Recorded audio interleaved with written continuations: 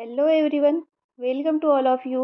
मैं भावना आप सभी का स्वागत करती हूँ आपके अपने यूट्यूब प्लेटफॉर्म स्टडी विद भावना में। उम्मीद करती हूँ फ्रेंड्स आप सभी बेहतर होंगे और आपकी प्रिपरेशन भी अच्छी तरीके से चल रही होगी। फ्रेंड्स, आज का टॉपिक है संविधान के महत्वपूर्ण अनुच्छेद। शायद ही ऐसी कोई एग्ज़ाम होगी जिसमें आर्टिकल से क्वेश्चन नहीं पूछे जाते हैं। तो फ्रेंड्स, आज की इस क्लास में हम संविधान से संबंधित जितने भी इम्पोर्टेंट आर्टिकल हैं उन सभी को आज की इस क्लास में हम पढ़ने वाले हैं। फ्रेंड्स, इस क्लास को करने के बाद आपका एक भी क्वेश्चन आर्टिकल से नहीं छूटेगा, जो एग्ज़ाम के पॉइंट ऑफ व्यू से काफ़ी ज़्यादा इम्पोर्टेंट है। तो आइए शुरू करते हैं हमारे पहले क्वेश्चन से। हमारा पहला प्रश्न है, संविधान के किस अनुच्छेद में संघ और उसके राज्य क्षेत्र के बारे में बताया गया है? संघ और उसके राज्य क्षेत्र के बारे में आर्टिकल 1 में बताया गया है। अनुच्छेद 1 में बताया गया है संघ और उसके राज्य क्षेत्र। हमारा अगला प्रश्न है, पाकिस्तान से भारत आने वाले व्यक्ति की नागरिकता के बारे में किस अनुच्छेद में बताया गया है? यानी कि नागरिकता से क्वेश्चन है। अगर कोई व्यक्ति पाकिस्तान से भारत आता है तो उसकी नागरिकता के बारे में कौन सा अनुच्छेद के बारे में बताया है? तो ये आर्टिकल 6 में बताया गया है।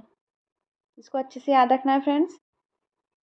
अगला प्रश्न है, कानून के समक्ष समानता यानी कि समानता का अधिकार। समानता का अधिकार किस अनुच्छेद में है? तो समानता का अधिकार ये आर्टिकल 14 में है। अनुच्छेद 14 में समानता का अधिकार बताया गया है। इसको अच्छे से याद रखना है फ्रेंड्स।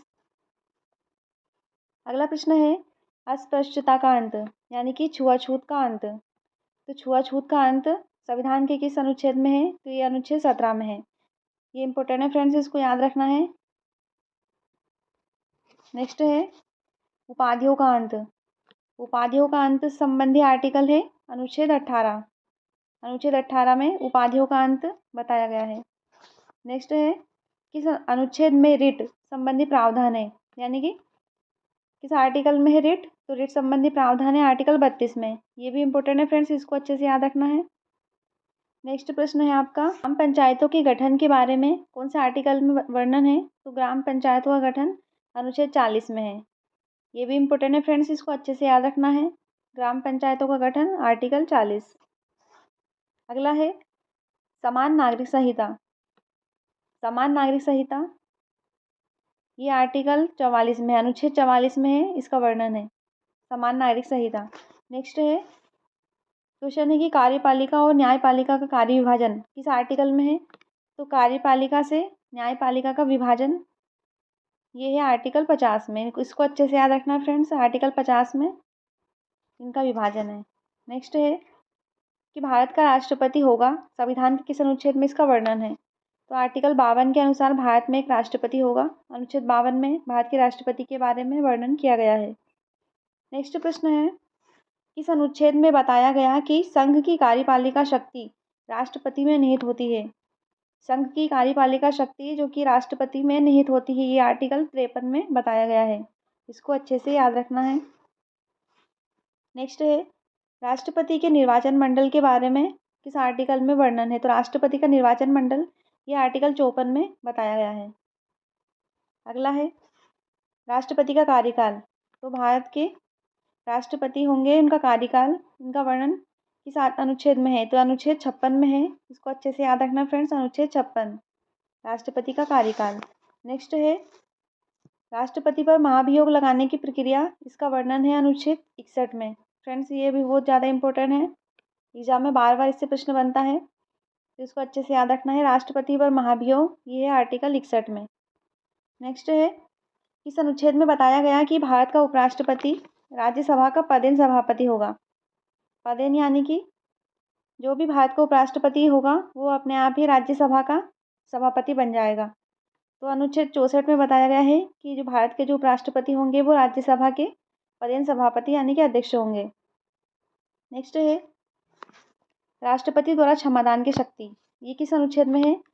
तो राष्ट्रपति किसी को भी क्षमादान दे सकता है, ये है भारत के संविधान के आर्टिकल 72 में। अनुच्छेद 72 में राष्ट्रपति की क्षमादान शक्ति के बारे में बताया गया है। इसको अच्छे से याद रखना है। नेक्स्ट है, संविधान के किस अनुच्छेद में आपातकाल के दौरान भाग 3 पर निलंबन के बारे में बताया गया है? यानी कि जब आपातकाल होगा उस टाइम पे भाग 3 का निलंबन हो जाएगा। या हट जाएगा, इसके बारे में बताया गया है अनुच्छेद 359 में। अनुच्छेद 359 में इसका वर्णन है। नेक्स्ट है भारत के महान्यायवादी। तो भारत के महान्यायवादी, इनका जिक्र है आर्टिकल 76 में, आर्टिकल 76 में है, अनुच्छेद 76, इसको याद रखना है फ्रेंड्स। नेक्स्ट है संविधान के किस अनुच्छेद में संसद के बारे में बताया गया है। संसद के बारे में बताया गया है आर्टिकल 79 में, ये भी इंपॉर्टेंट है, इसको अच्छे से याद रखना है। नेक्स्ट है संविधान के किस अनुच्छेद में राज्यसभा के बारे में बताया गया है। तो राज्यसभा का वर्णन है आर्टिकल 80 में, इसको भी अच्छे से याद रखना है।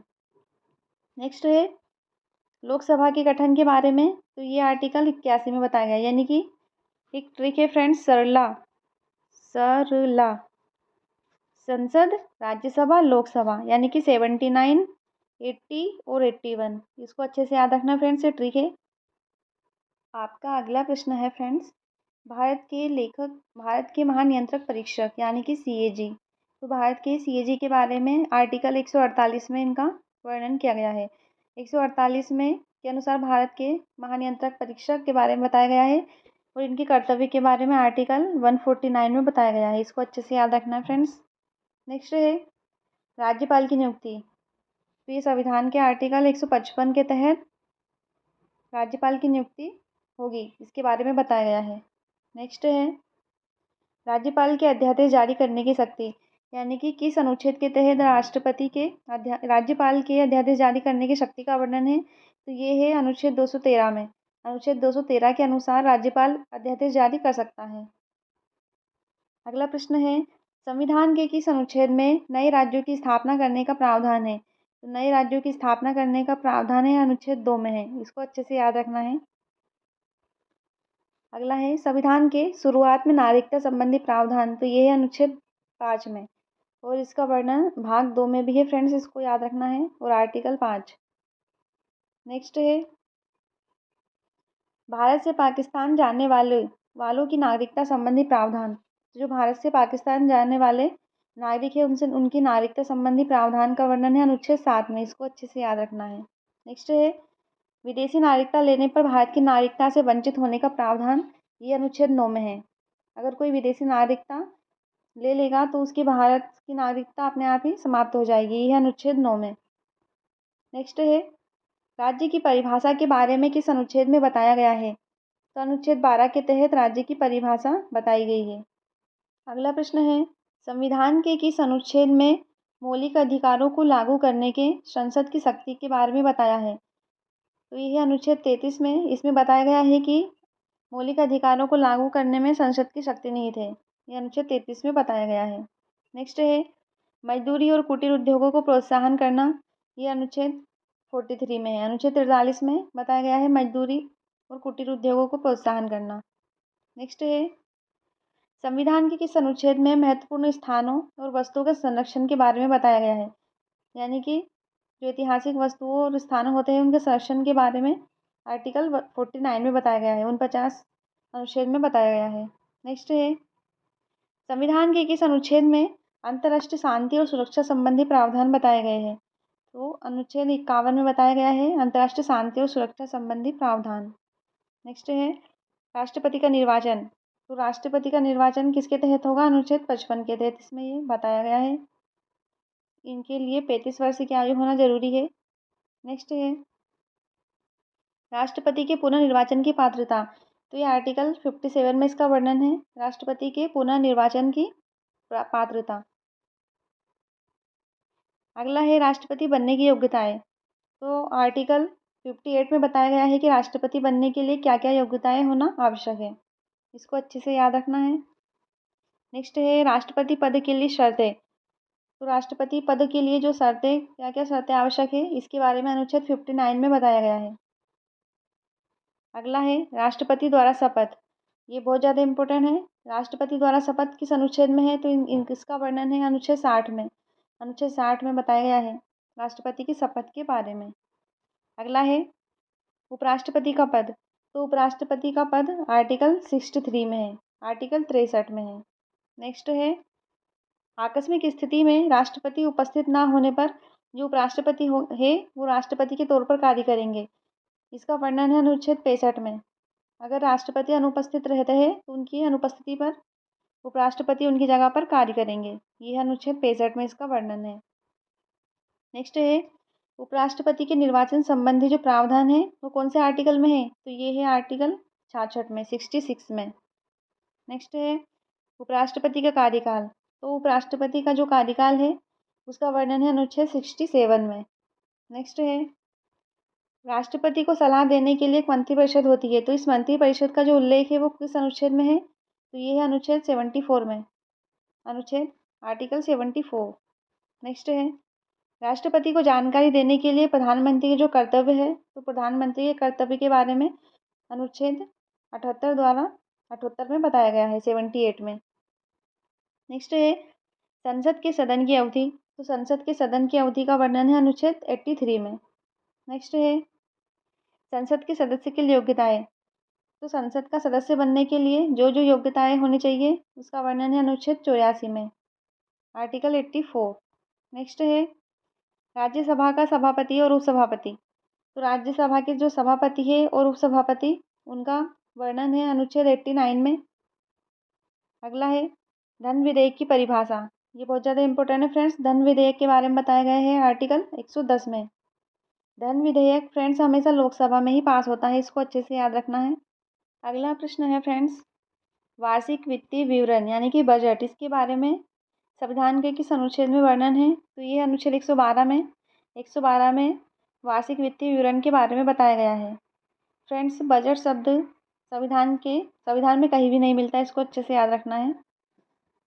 नेक्स्ट है राष्ट्रपति के अध्यादेश जारी करने की शक्ति, ये भी इम्पोर्टेंट है। तो राष्ट्रपति अध्यादेश जारी करेंगे, इनकी जो शक्ति है इसका वर्णन है संविधान के अनुच्छेद 123 में, 1, 2, 3 में, इसको अच्छे से याद रखेंगे।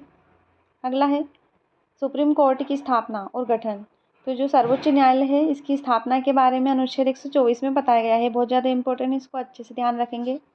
अगला है उच्चतम न्यायालय से परामर्श करने की जो राष्ट्रपति की शक्ति है उसके बारे में किस आर्टिकल में बताया गया है, तो ये आर्टिकल 143 में, 143। अगला है राज्यपाल का उल्लेख, तो राज्यपाल का उल्लेख बताया है आर्टिकल 153 में। अगला है राज्य की कार्यपालिका शक्ति राज्यपाल में निहित होती है, तो ये किस अनुच्छेद में कहा गया है, तो अनुच्छेद 154 में कहा गया है कि राज्य की जो कार्यपालिका शक्ति है वो राज्यपाल में निहित होती है। अगला है राज्यपाल का कार्यकाल, तो राज्यपाल का कार्यकाल अनुच्छेद 156 में इसके बारे में बताया गया है। अगला है राज्य का महाधिवक्ता, तो राज्य का जो महाधिवक्ता है उनका वर्णन है संविधान के अनुच्छेद 165 में, 165। अगला है राज्यपाल को जानकारी देने के लिए मुख्यमंत्री के कर्तव्य, इसके बारे में संविधान के अनुच्छेद 167 में बताया गया है। राज्य के विधानमंडलों का गठन, तो आर्टिकल 168 में बताया गया है कि राज्य के विधानमंडलों का गठन होना। अगला है राज्यों के लिए एक उच्च न्यायालय का प्रावधान, तो हाई कोर्ट जो रहते हैं राज्यों के उसका प्रावधान है अनुच्छेद 214 में, ये भी काफ़ी ज़्यादा इम्पोर्टेंट है, इसको ध्यान रखेंगे।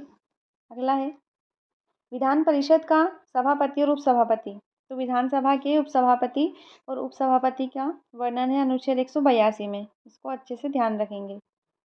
अगला है फ्रेंड्स विधान परिषद के उपसभापति सभापति के तौर पर कार्य करेंगे, इसका वर्णन संविधान के आर्टिकल 184 यानी कि 184 में है।